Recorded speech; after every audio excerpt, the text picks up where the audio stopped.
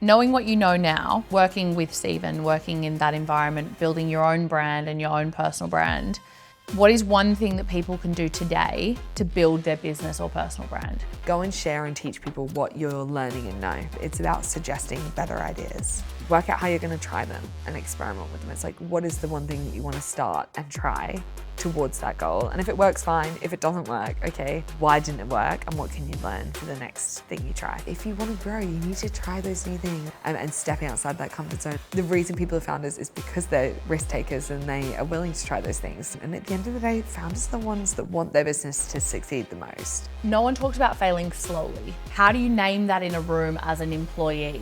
Really good question. I think if you haven't listened to part 1 yet, pause this and go back. I promise you it'll make a lot more sense. If you've already listened to part 1, welcome back. Let's go.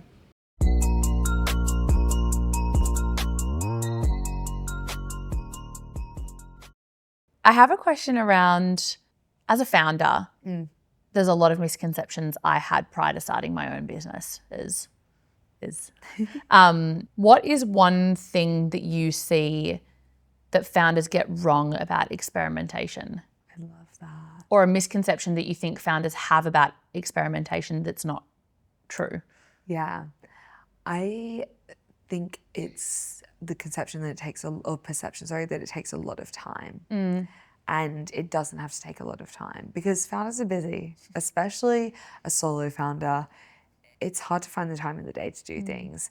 But again, it's if you want to grow, you need to try those new things. And I actually think the reason people are founders is because they're risk takers and they are willing to try those things. So I think they do naturally do it. But it's making sure that when you're a founder, you don't get so bogged down in like the admin and the day-to-day of the job. It's like you can still go and have those ideas of experimentation and creative outlets of trying new things.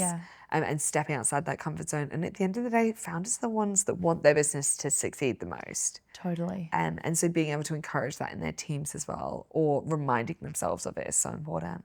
And what about the culture and environment that you have within the business at large, is it that you think encourages you to experiment as much as you do? Like obviously you've got your division and your job and you get paid to do that. But everybody else doesn't get paid to experiment. So they have a job to do.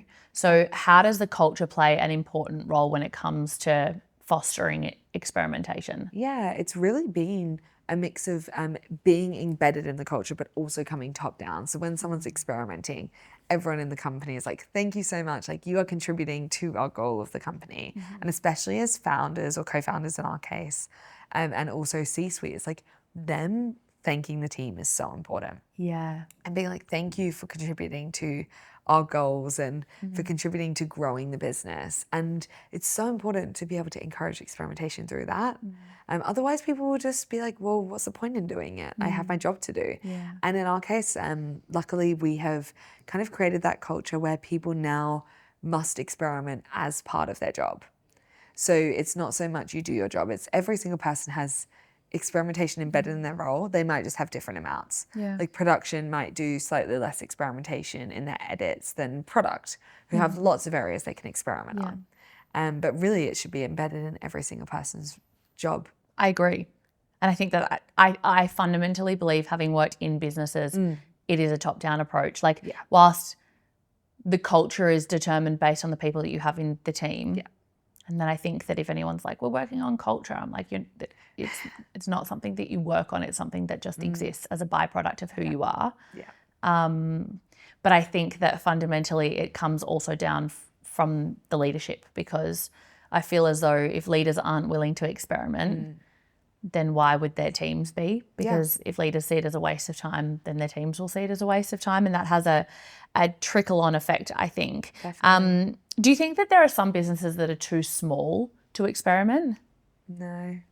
The thing is, it's like, I love the examples like Kinzo app, and all of their team have personal brands and they're all experimenting and they're showing them trying new things and seeing what works and what doesn't. Love it. And I think they're like a fairly small team and they're still taking the time to do it because they see the value in it. I don't think it's about the size of the team. I think it's about realizing that there's value in experimentation, and someone as one person as a solopreneur can do it. It's just about, are you willing to dedicate the time to experimenting? Yeah. Or are you willing to run the risk that it'll either work or it won't? And I think sometimes people are probably too risk adverse to be like, well, I'm not willing to invest my time in something that won't work. But I think it became really clear to me when we had the female founder dinner. I sat in my car for like an hour after that event finished and just kind of reflected on the evening. And I was like, so many women were talking about experimenting and how they can experiment in their businesses. And I loved the chats that were happening. But I was like, it kind of hit me and I was like, no, they've all experimented and taken the biggest experimentation of their life, which is starting a business in the first place. Yeah. So I'm just like, anything after that surely should be so fine, because I'm like, you've already taken the biggest risk of your life, which is going out and relying on yourself to produce income for you, your family, etc., and backing yourself that it would work. So I kind of feel like since starting businesses, it's made me so much less, scared of failing or taking risks, because I'm like, well, I already started this and like it kind of worked out, and it's not where I want it to be right now, but like it will get there and it'll grow. But I think that if you get in the habit of taking risks, you kind of just become immune to taking risks. And 100%. do you feel like when you are experimenting within businesses, you feel like it's less of a risk for someone perhaps who doesn't experiment a lot? Yeah. Because then you're like, well, we do these all the time, so what's the big deal? Yeah, it's about people also getting used to experimenting when they're not used to it. And you're spot on with, especially founders. I think they're the biggest risk takers ever in the best way possible. Yeah. And I love learning and seeing from people like that, because I'm like, what compelled you to take that risk? Whether it was something that happened in their life, whether it's just wanting to achieve something new, like they're really, like founders in general are amazing risk takers. Yeah. And I think that's the best part to learn from them and see like, what did they do and how did they do that? And for us, like even as I think we're taking less risks as employees, but in our company, we're able to take more. And I think how can we encourage more teams to take risks is a really interesting place to be, because the founders are really the risk takers. We don't need to teach the founders. Totally. It's the teams, and how do they encourage their teams to take those risks where they don't feel like their job is on the line. I mean, I see it all the time with businesses being like, we're people, and then you get into their organization, you're like, you are not people. And, there's this big, I suppose, rhetoric that businesses have or use where it's like, we're happy to experiment, we're happy to like test things, but then when you get into it, it's actually not the case at all. Yeah. How do you feel as though you have a bit of a feedback loop of if people are actually walking the walk and talking the talk, or is it just no way to spot it unless you're in it? I think you can tell by speaking to their employees. Okay. Like even just by, I think a founder can obviously have one opinion, but then a team really has a opinion, as you say, even on the culture and understanding like how does the business work. And you can see from a team whether they're a team that take risks and are allowed to take risks, or whether they're a team that might be less able to take risks or slightly a little bit more formal, which is interesting, I think, to observe and see like how can you change that culture as well. Totally. I've always advocated for, in interviews, like, you meet, the HR person first perhaps, and then you meet the owner of the business or like your managing director or your direct boss or whatever. I then think the third stage of an interview should be meeting team and having like an hour with the team to ask them as many questions, because I think that you're so right. Like there's this facade that can be put on through HR or leadership or whatever. But then when you get to actually talk to people perhaps at the same level as you or like even more junior, they don't have the filters. Yeah. And it's really easy to read whether the walk is being walked or not. Yeah. And also it's important as someone coming into a company that you want to be a part of their culture. Like I don't think it should be all this like, we are this. It should be like telling people what you really are. Totally. Because then it's honesty, and then you get what you expect when you go in somewhere. You don't want like different assumptions of what a place would be before you get there, and then it just not meet the expectations. Totally. Now, I want to take a little bit of a pivot or a shift slightly. You work for arguably one of the biggest personal brands in the world, I would say. A very personal brand first business. We spoke at dinner about you have grown your LinkedIn and you've been very focused on sharing content on LinkedIn, which I love that because that's where I followed you initially, and I'm a big LinkedIn girly. I love it. Now your focus is on Instagram. Yeah.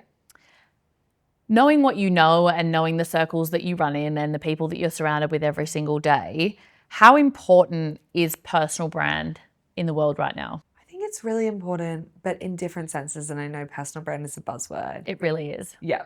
I think it depends on the company you're in, but also the industry you're in. And every personal brand, depending on the industry as well, should be different. Like what a content creator personal brand or marketing personal brand would look like is very different to someone who maybe is in the healthcare space and what their personal brand would look like.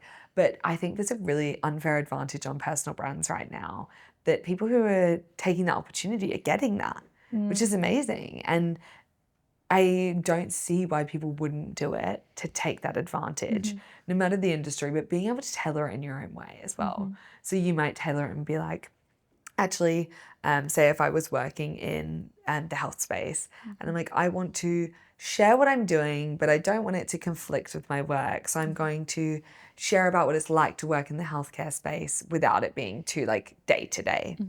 And not being then too like salesy, because maybe you don't want to be self-promotional. Some people do. What each side is fine. And really like finding a way or a niche even to delve into within that. Like some of the ones I share now are like, what are my favorite podcasts that week, which don't relate to my work at all. It's just me as a person, but the podcasting aspect relates. Yeah. And so it's a similar audience. Yeah. So I don't think personal brand has to be so much about the personal ways. I think it should have your qualities and personality in it. But it can be about other topics and areas too if people don't want to just put their face on content. But moral of the story is I would advise people to do it. And like at my run clubs, I like tell the girls there all the time, like, share what you're doing. We're all in different industries. Yeah. Because it's so important. And Steve told us that at the start. He was like, go and share and teach people what you're learning and know. I love that. I think the one thing, like obviously we run workshops probably once a fortnight at the moment, and it is essentially we work alongside LinkedIn. They do the whole workshop around, you know, this is why you need to be on LinkedIn. Yeah. And then we go in with the like individualized personal brand strategies. Right. So like how we can help Grace show up on LinkedIn. Yeah. As opposed to just a blanket presentation for everybody. Yeah. And one thing is, you know, we have businesses that are really heavily leaning into it. We've had 2 of the big 4 banks that we've done those workshops with, and they've seen a huge amount of value in them, great results from pilot programs that we've designed with them. But then on the other side, there's people that are like, I'd just rather put my money into ads. Do you think that there's a benefit of having your team grow personal brands? Like you've seen it, and obviously Stephen is the personal brand, but then he obviously has personal brands like yourself and other people within his organizations, and obviously now acquiring Maggie's podcast, Hot Smart Rich, a dream guest for me. Yes. If anyone hasn't listened to her podcast, I absolutely love it. I'm like, it's on my list to listen to every single week or fortnight. But she's now her own personal brand that sits under the Flight Story banner as well. What is it that we can communicate to those business owners that are perhaps hesitant to invest in their team's personal brands to get them across the line? I think there's a few reasons. The first one is I believe people talking about you is more powerful than you talking about yourself. Agreed. And it's not to say that the founder or the CEO shouldn't have a personal brand. But if you had 10 or 100 employees saying how amazing you are as a founder and a CEO, you are going to look way better to the world. And it doesn't dim your light. And it makes me really sad when C-suite people or founders think the team creating something for themselves dims their light or the brand's light. Like actually it's basically word of mouth marketing, but within the company, and you don't have to pay for it. And so I understand why like the difference between paid and employees, but it's free marketing. Literally. And your employees are also realizing how much they love the company and what they've learned. And I think people feel more fulfilled when they're able to, number one, share what they're learning, but also like teach others and realize their skills develop as well. So by me going out and chatting to people, I'm learning so much that I can also take back to the team and help us grow. And I think it's really sad to see people not realize the value of that. And I love when there's more happening now of like companies being encouraged to do that. And they're also taking a step to encourage their employees as well. But I see both sides. I see like the PR side, because you don't want anyone to go rogue and say things. Yeah. But there's lines, like you can make sure things are approved if they need to be approved, or that teams like have certain scopes and areas they can talk about that is like fine with the company. But at the end of the day, it's incredible free marketing that people are just missing out on. And if you don't want to do it, that's fine. But like you're going to have to go and either pay for views or try and talk about yourself, and then it doesn't seem as authentic. Yeah. So I think it's a really interesting authenticity piece of having your team speak. And also the other great thing it's amazing for is recruitment. Yeah. People want to join your team when they see how amazing the team is from other team members. Totally. And like we've had Frank and Talia from Kinso on the podcast. Yeah. We speak to them about it all the time. It's funny. They mentioned like, you know, the question they get all the time about encouraging their team to build personal brand is like, what happens if they leave? And we get that question a lot when we talk about, oh, well, if you build up your team, you know, to be a great personal brand or whatever, that they get poached. And I'm like, if you're worried that they're going to talk about your business online and then they're going to get poached as a result of it, that's the least of your worries. Like if they're going to leave just because someone offers them a job, like you have to fix the culture or how they feel about being at work. That's not a personal brand thing. Like they're going to leave anyway.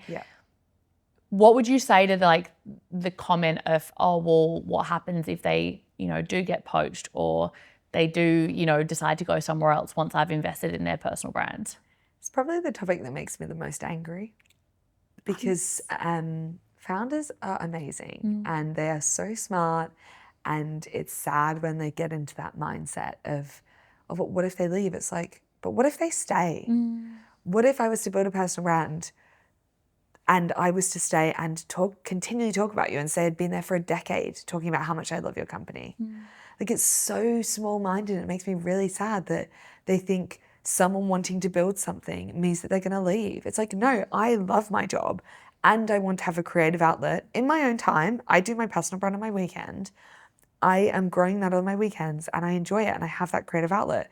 Doesn't mean I want to leave. And also, truthfully, when I want to leave, it's not going to be to do my personal brand. Like I already know what I want to do one day in the future. It's I want to have my own business, and it won't be around a personal brand. Maybe that personal brand will help me grow it, but I'm not leaving for the personal brand. And it makes it is really frustrating. It makes me sad that that's how founders see it, instead of seeing it as a marketing tool for their business and how amazing it is. And I think the perception is if your employee that's building the personal brand is still hitting all of their targets or exceeding their targets, why can they not do both? Literally. If they're like underperforming, I understand, have the conversation and be like, something's not working. But if they're still performing, why can't they do both? Totally. And also, like, would you not rather them talking about your business than talking about something else? Like, I had a Formula One page. Now I have a page talking about my job and promoting the company. Would you rather me talk about Formula One and not give you free marketing? Like, totally. There's hundreds of thousands of impressions I get every week. That could just be non-existent if I didn't have a personal brand. I mean, you've taken the words right out of my mouth. I just think I even say to my team, they can build their personal brand in my time. Write your LinkedIn posts, create your Instagram content. It should take you, because of your skill sets, less than half an hour to do. If you're doing that in my time and that's part of a thing that I want to encourage you to do, go girl. I don't care. Do it, because there's going to be time that you invest half an hour back to stay late or to work on something or a meeting ran over. So it's it kind of all comes out in the wash. And now, also the returns on that you won't even realize. It doesn't have to be an instant return. It could be a return in the future where someone goes, oh, I saw this person that works with you and I saw them post about this amazing thing, and you just never know. Totally. And I think it's that invisible ROI that's the hardest selling point. But once people experience it, are like, it's a no-brainer. Yeah. And I think that the thing why I'm so passionate about it is I've built my entire business off the back of my personal brand. Yeah. Talking about the shit that I'm passionate about, talking about stuff that I love working on, etc. Yeah. And that's all I've done. We've never done any outbound marketing. It's all been Amazing. organic content that we've created, content that I've created, content that the business has created, and that's what generates our leads. So I love that. I just think people are missing such a huge opportunity by not investing in it. Hello, me again. If you keep coming back to top of mind but still haven't hit follow or subscribe, this is your sign. You have no idea how much it means to me. The more follows we get, the better the guests. The more conversations we can be having, the more you can learn for free. Win-win. So go on, hit follow. I'll wait. Okay, now back to the episode. Do you think that the future of branding is personal? Ooh, I love that.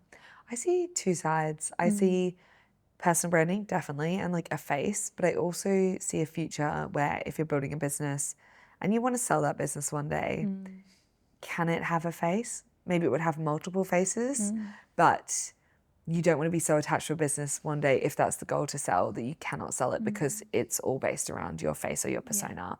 So I think it's an interesting one I really think you can still build a brand without a face. Okay. Like, not a perfect example because Hailey Bieber is the face of it, but I think Rhodes does really well at building a brand world. Yeah. And like, she's still the model in some of the campaigns, but I think the actual brand world of it is super interesting of how people are buying into the brand. And there's so many other brands like that, but I think you can still create brand worlds where you don't need them to be personal. It's really depending on the business goals, I think. Yeah, fair. Now I've got a couple more questions before we get into quick fire. But I have a question to ask you that kind of dawned on me when we first started chatting. And it's, you're obviously doing a lot of talks at the moment whilst you're here in Australia, rightfully so, as you should. A lot of podcasts. And no doubt a lot of them are going to be around failure and experimentation because of what you do, right? Or podcasting. Yeah. What do you wish you got asked about that's not that? Ooh. First, I could talk about Formula One for 5 hours or Love. more. Secondly, paid media. I would love to do a paid media podcast. And because it really, like, I'm so passionate about certain things, and paid media is one of them because of how many founders get hurt by agencies taking their money, getting them no results, and then it's like a massive failure. And I want to like destigmatize that because paid media is a freaking amazing advantage for your business. Organic, incredible, takes longer to build. Paid media is scalable and fast, and especially if you have a product or service to sell, like, incredible for growth. So I would love to have talked about that in a podcast one day, and maybe I will. But that's something I'm really passionate about. What's your top piece of advice for anyone looking to invest in paid media or working with someone with paid media? Find an agency that either really breaks it down for you or getting someone in-house to work on it full-time, because the amount you pay an agency, you could probably hire someone full-time and have all of their hours in a day. But really it's about experimenting. It's about trial and error and seeing like what assets are working and not working. And I was in the High Smile offices the other day, and like, so cool to see their paid media team are just like world-renowned because they try so much. And it's amazing to see all the things they're experimenting on and trying.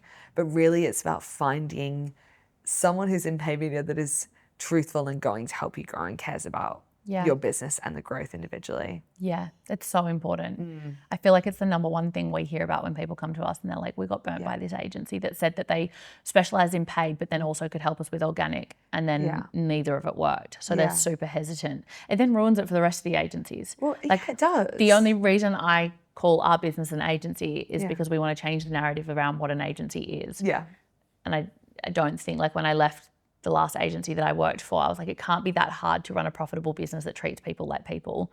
And a profitable business that treats clients' money like their own. Because I just think you're right. Like, the agency narrative is that people just rip people off. What's one thing you would say watch out for with paid media, with people investing in paid media? A promise of a really high ROAS, which is return on ad spend. people promise things and then really underdeliver, and it's like being sold the dream. I think you're better off being sold something realistic and over. My biggest thing is undersell and overperform every time. So if they sell you just something good, I would actually trust them more than someone trying to sell me something that seems unachievable. Fair. And also they're probably the more honest ones, like people who break it down for you and really explain how it works and why are probably going to help you perform better than someone who is just using all the jargon and actually it's like all the gear, no idea vibes. Literally. It's like, it's like any gatekeepers I'm always very nervous of. Like we've sat on calls before with other agencies or freelancers where we will ask a question just because we're curious. We're not managing that part of their business for them, but we'll ask a question and they're like, oh, I don't know why I have to tell you the answer. And they get really defensive. And I'm like, that's the biggest red flag we see with working with other businesses, where we're like, if you get really defensive when someone asks a question, it either tells me that you know nothing about what you're doing or that you're trying to hide something or cover something up. And that's a huge red flag. Yeah. Now, a few more questions before we get into it. Yes. Into quick fire. If you had to pick a channel, I asked you this question at dinner and I just think I want to reiterate it because I think that everybody needs to know. I forgot what question it is. Great. We'll pretend you don't know the answer. If you had to pick a channel to launch a personal brand or business, which are you picking? Instagram, TikTok, or YouTube? Oh, definitely Instagram. Yeah. And reason being is I think YouTube is amazing once you have a platform and an audience on short form because you're able to convert. I think YouTube's really hard to convert if you don't already have an audience or to be found. The discovery is not there as much as being able to push people from one platform. And then TikTok, I think the relationship is quite superficial. Agreed. I think it's not as deep. No, I scroll and then I forget your face in the not yours. But I forget the person's face in the next second. Like, or after 10 scrolls, I can't even remember what I watched before. And I think Instagram is, yes, it's still a short form platform, but I think it's more community building in the sense that people are saving, sharing. Really, like I share sometimes on TikTok, but not all the time. Whereas with Instagram, I'm so much more of a saver and a sharer. And building almost like a curation of what I've loved and enjoyed in that month or that topic. And I see it as slightly more of a platform that has growth potential, I would say, in community and in business revenue and sponsorships and potential opportunities. Yeah, I couldn't agree more. I also feel like I'm so less likely to follow someone on TikTok than I am to follow someone on Instagram. Like if I like someone's content on Instagram, I'll follow. Yeah. But if I like someone's content on TikTok, I'll like it and keep scrolling. Yeah. And also like the DM process on Instagram is so much easier. Like if you wanted to DM your favorite creator, you just, and you can have a flow. Whereas I think TikTok, it like almost like blocks you from DMing people sometimes. If they've got restrictions on. So it's not the same as Instagram being able to like have relationships with people you follow. Yeah, I feel as though TikTok, it's like hard on the comment section, whereas like Instagram is more on like that deep relationship building. Definitely. Knowing what you know now about working with Stephen, working in that environment, building your own brand and your own personal brand, what is one thing that people can do today to build their business or personal brand? Ooh. I think it's write down all of your ideas and your crazy thoughts and inspiration for your goals, and then work out how you're going to try them and experiment with them. It's like, what is the one thing that you want to start and try towards that goal? And if it works, fine. If it doesn't work, okay, why didn't it work? And what can you learn for the next thing you try? One last question before we get into quickfire. What is one belief that you hold about business that most people would disagree with? It's the one about personal brands. Employees building a personal brand does not mean they want to leave. And I hate when people assume it's that. Because if you just speak to the employee, you know exactly how they feel. Yeah. And just because someone is building that does not mean that they want to move on from the company. Yeah. Maybe it means they love the company so much they want to tell everyone about how amazing it is. Yeah. So reframing the perspective on that. Love it. I think it's so important. I think the reframe is so important too. Just on that, because I'm like, you can skin a cat 100 different ways, right? Yeah. But like, it's how you see it and how you want to see it ultimately is like, you know, if you see it as a detriment, then you're always going to see it as a detriment, and you're going to live in that mindset for for the rest of your days. And also just rude to assume what someone wants from their job or their career. Totally. Like, talking to someone and having, and that's why I hope companies have one-to-ones with people, is like actually understanding what that person wants out of this job or the career, and understanding no one is somewhere forever. I say it to my team all the time, you're not going to be here forever. Yeah. And like I've had people leave and I'm like, you're not going to be here forever. Don't be sad about it. Like, it's okay. Yeah. And I think also that like, I think it's a really rude assumption for founders or business owners to assume that they are going to be there forever, because they're not. No. And I think that Frank says it a lot around Kinso, and he's like, if I build incredible personal brands that are incredible at what they do, they serve a purpose with our business, and then they go on to build $1 million business, someone's going to look back and go, they started there. And he's like, that's a huge win for us. And like, he's like, that's a massive compliment, but he's like, a lot of people don't see it like that. So I'm like, you're always going to leave. There's always something on the horizon. It reminds me of that newspaper article. I can't remember where it was published, but it was about this business that had let go of their team, some of their team members that had second jobs outside of the hours that like, and they were just either like supermarket attendants, or they were like making money online, but they would only work outside of the business hours, and they got let go. Wow. Because they had another business outside of their job. And I just think that if you're not encouraging your team to try things outside of business hours, like starting a new job or a side hustle or something like that, then I think that you're missing out on the full potential of the human in the room. And also realizing like having a personal brand also benefits the company in terms of what they're learning on there. They can then apply to their roles in the company, or sharing that knowledge. So it kind of works hand in hand. And I love Kinso doing it, because I think they're setting the standard of showing actually you can build a amazing, successful company, and your team can be successful, and they can feel fulfilled, and it doesn't mean they want to leave. Totally. I couldn't agree more. All right, quick fire questions to close this out. Now, they don't have to be answered quickly, but if they are, then we'll just keep going through them. Everyone always panics. They're like, I've got to answer these quickly. I'm like, you absolutely do not. First question is, name one brand that is top of mind.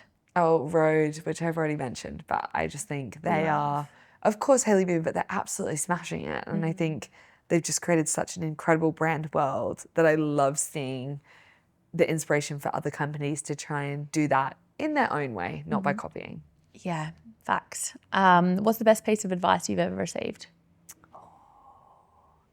I get a lot of advice. I'm sure you do. I think it's just to always be honest and like share how I feel, which is so important. It's not in an inspirational quote or anything. It's just like that I always stand up for what's right, because I do believe being honest is so important in the right circumstances. Love. If I'm hiding a surprise birthday, I'm obviously not going to be honest about that. But I think, being able to be honest is so, to yourself as well. Yeah. Like when something doesn't serve you anymore. Yeah.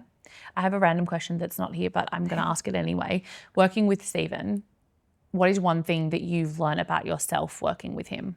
Because I feel like as though he will unlock something in people. Yeah. In the cultures that he creates within business. Yeah. So is there something that you've learned about yourself by either working really closely with him or something that he's taught you about yourself? Oh God, yeah. I like so much. But I think maybe one of the most important things is like realizing how much value you bring, and not being like downplaying it. It's like, actually, we've learned so much to become the second biggest podcast in the world. Like, it's not a small feat, even though when we're in an office in London all together, it doesn't feel that big. Like, we're just in an office like anyone else. And so I think it's realizing that, like, actually realizing what you bring to the table and the knowledge you've learned and can share. And he's amazing at that. He always is just so talented at learning and growing. Love that. I also have another question that's not on here. What's one thing that people wouldn't know about Stephen unless they worked with him? Oh, he's hilarious off camera. Okay. Like, so funny, joking around, like a normal human. Yeah. Which I love, because I'm like, but I understand like he has like a personality online, but people don't get to see his funny side.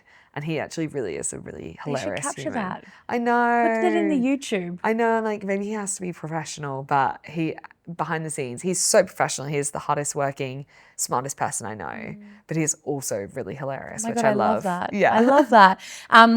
What's the worst piece of advice you've ever received? It's actually contradictory to what I said was my best piece, is that to not say my thoughts and just get on with the work. And it's like, no, just keep doing what you're doing.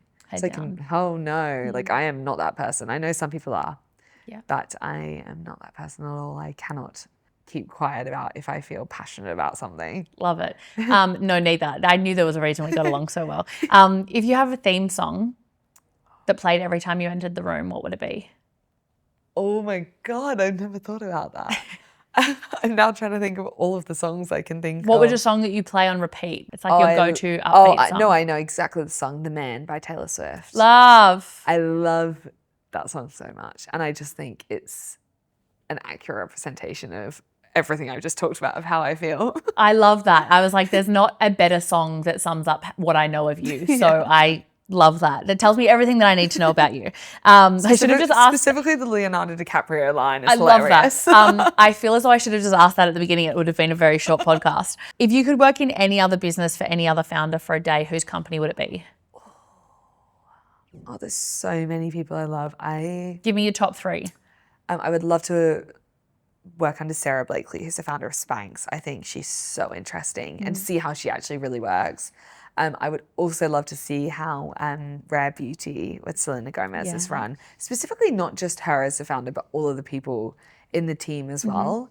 And then, who else? There's so many that I'd love actually to go and work in either somewhere like a Tesla or a Meta and see like what is not necessarily the founder, but what is it actually like inside those companies. Totally. Get the inside scoop. Yeah. I'm the same. I'm like, someone asked me the other day, I was on a podcast and they were like, if you could have dinner with anyone dead or alive, who would it be? And I obviously listed like, I'd love to have dinner with like my grandparents that have passed or whatever and have another dinner with them. But and then I was like, on the side, low key, I would love to have dinner with Madeleine McCann to actually know what actually happened. That's my true crime coming out in me. But I'm like, low key, that's like something that I think about quite regularly. Might be rogue, but no, I love it. I think it's cool though to be a fly on the wall of some things. And like, I'd love to be on the fly on the wall of like a meeting with Elon Musk to see like what is he really like? He's probably the exact same as in media, I reckon. Probably. Or if it's as weird and wacky as he makes it out to be. Yeah. What is your go-to comfort food after a rough day? Oh, chocolate. Love. What kind of chocolate? Everything. Anything. I love, in England, there's like these chocolate, this is so niche, these chocolate like biscuits from Marks and Spencer that I love. What are they called? They're like chocolate sandwich biscuits. It's like shortbread with chocolate in the middle. And I think it's nostalgic because I used to have them at my friend's house in my childhood. So it's a very weird nostalgia piece, but obsessed with those biscuits. Or we used to eat chocolate fingers all the time in our office. It was a bad trait. Like Jem, who does our guest producing, used to, we could eat a whole pack just to ourselves. No, I love that. I'm so here for that.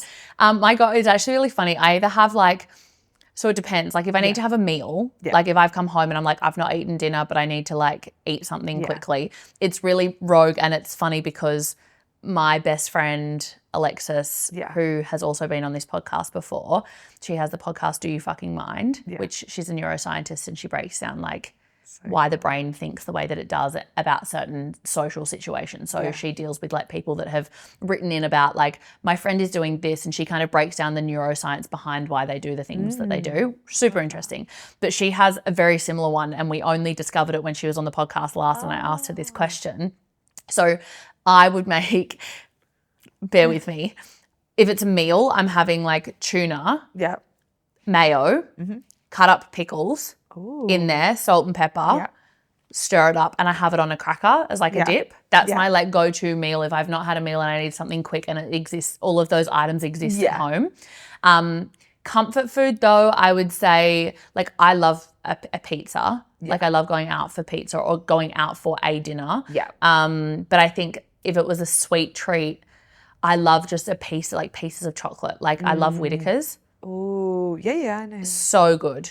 That's like my go-to sweet treat. But biscuits, it's funny because I feel like I grew up in the UK, right? Yeah. So I feel as though I grew up on like digestives, chocolate digestives, and they're like such a like nostalgic biscuits. yeah. Like my mum will have them at home and I'll be like, Yeah. I don't have any biscuits at my house, but I'll go home and I'll be like, I'll have 4. Yeah. Like I never ate biscuits when I lived in Australia, which is what's weird. biscuits Like, is never such an touched English it. thing. Yeah, I've never touched a biscuit living here. I feel like biscuits, unless it's like an Anzac biscuit here in Australia, like I feel like people don't really eat biscuits. But UK, it's huge. Yeah. Like the Jammy Dodgers. Oh, yeah. Nostalgic. Yeah. My other guilty pleasure is definitely a Red Bull, though, which is also... Red Bull? Yeah. Like full Red Bull or like sugar-free or... full Red Bull. Oh, love. But everything, I think, to me, I must have a weird something is like everything is really nostalgic. Like we went on a team trip to Ibiza to celebrate once and we had Red Bulls in this like outdoor club thing.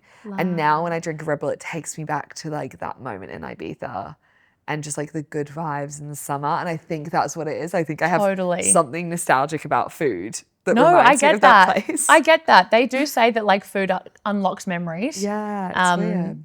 But I've got like, I mean, I'm such a big Coke Zero girly I'm like, if I'm having a stressful day and I haven't eaten, I'm one of the people that like, if I'm busy, I just won't eat. Yeah. Bad. And I will have like 4 Coke Zeros if I don't eat. I'll just drink them instead of eating and it's so bad, but I'll just do that. To be fair, it's Diet Cokes and I don't drink soft drink apart from Red Bull, but it's Diet Cokes and I'm Yeah, fair. What's the weirdest or most random side project that you've started, even if it never saw the light of day? Ooh. I had a YouTube channel when I was younger and I used to film when I was on holiday or vlogs, which was so fun. And I really enjoyed doing that and having like I think it's the creative outlet I've always wanted to have. So having a way to express creativity and talk to people, I love talking. Yeah. So that was really fun and I wish I continue to do that instead of stopping.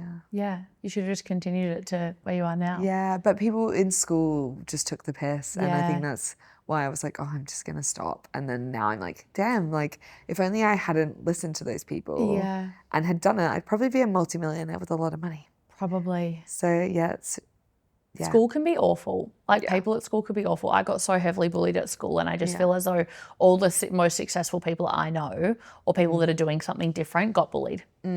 Yeah. I feel like anyone doing something different or like have taken a chance on themselves or backed themselves got bullied. I feel like that's a common through line. A quote that is always top of mind for you. Ooh. It's actually by Alex Hormozy. Okay. And I hope I don't mess this up. It's something along the lines of, he's talking about like outworking yourself down. He's like, if you're going to, don't stare at yourself and shout affirmations in the, I'm going to mess this up. No, do it. I know I want to get the exact wording right. It's something about like, can I look Shall I Google it? Yeah, it's really good. And I so you Google away. I'm like, I know the exact word. It's like, don't shout affirmations in the mirror. I think I know exactly what you're talking about. Let's not butcher it because I butcher quotes all the time. No, I really don't want to mess it up because it's so good. Oh yeah, you don't become confident by shouting affirmations in the mirror, but by having a stack of undeniable proof that you are who you say you are. Okay. No, I love that. Do I hold the phone and say it? You can say it. Oh, okay. I was like, I don't know if you want me to pass you just read it out. Go for it. Sorry, I'll say it properly. That was me. It's by Alex Hormozy and he says, you don't become confident by shouting affirmations in the mirror, but by having a stack of undeniable proof that you are who you say you are. And I think that's always in the back of my mind of like the actual testing and trying and learning. Totally. It's like I still am an affirmations person because I believe in manifestation, but I do think the actual, it's like saying those things and actually going and putting them into practice as well. Doing them. Yeah, 2 different things. I think that's so true. I think, you know, I talk about it as well when it comes to like sharing content online and everyone's like, oh, well, what if no one sees it? I was like, yeah, sure, no one might see 1 or 2 posts or 5 posts or whatever. Yeah. But in 10 years' time, if you keep going, you'll have this bank of content proving that you say who you said you are. Yeah. So and you learn from it as well. Like the first one's always going to be the worst. Oh my God, if you scroll deep enough to my very first Instagram post, you would probably see me going to the gym talking about the food that I was eating and it's heinous, but like it's there and it's part of it. Yeah. Last question, 10 years from now, what do you hope people say about Grace Miller? Oh, I hope that they say I've helped them in some way. That's all I actually care about. Like people ask like, why do you go on podcasts or why do you go and meet people? I'm like, actually, because I'm not selling anything. Like I don't have a business to sell, which I actually think is like makes me even more interested in going and doing those things because I'm not just being a salesperson. I just want to help other people grow. And I love that, I don't know if I said this the other night about a guy called London in the US. I met him at like a Red Bull Creator Day and he was talking about his podcast and then started it. And funnily enough, he wrote on a comment to someone who was like, Grace is actually the reason this podcast started. And I was like, that's so nice. I was like, I don't need any recognition. You don't have to say that, but it's nice to know I encourage someone to go and do something that they wanted to do. Yeah. Wow. I feel like that sits with me so much because when people go, why do you have your business? I'm like, it's to help.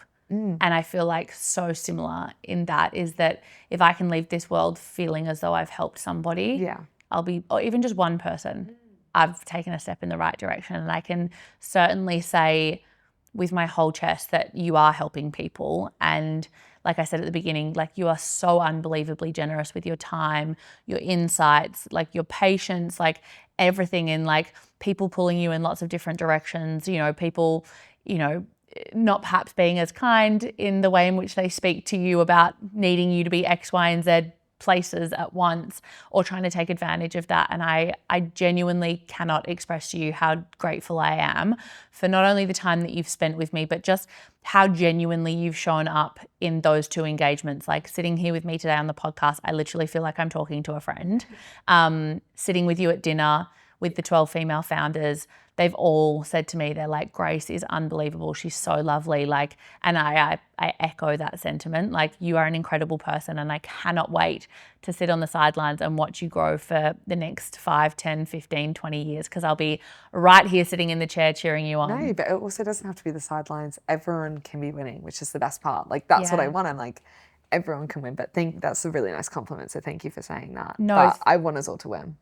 And we all will in our own rights, I think, but I will definitely be cheering you on from over here, from across the ditch, as we go. It is a bit far, but it's okay. We'll make it work. Zoom and FaceTime works wonders. Thank you so much for spending time with me. Genuinely, like, it has been such an epic time getting to know you and getting to know the type of person that you are, above and beyond the role that you have and the hats that you wear. I just genuinely think you're an epic human, and I'm so grateful for your time today. So thank you. No, and I'm so glad I say yes to these things, because then I get to meet amazing people and make new friends. So it's the best thing. Thank you for having me. Thanks for joining us for another episode. Remember, you don't win by posting more. You win by being the name they think of first. Stay top of mind.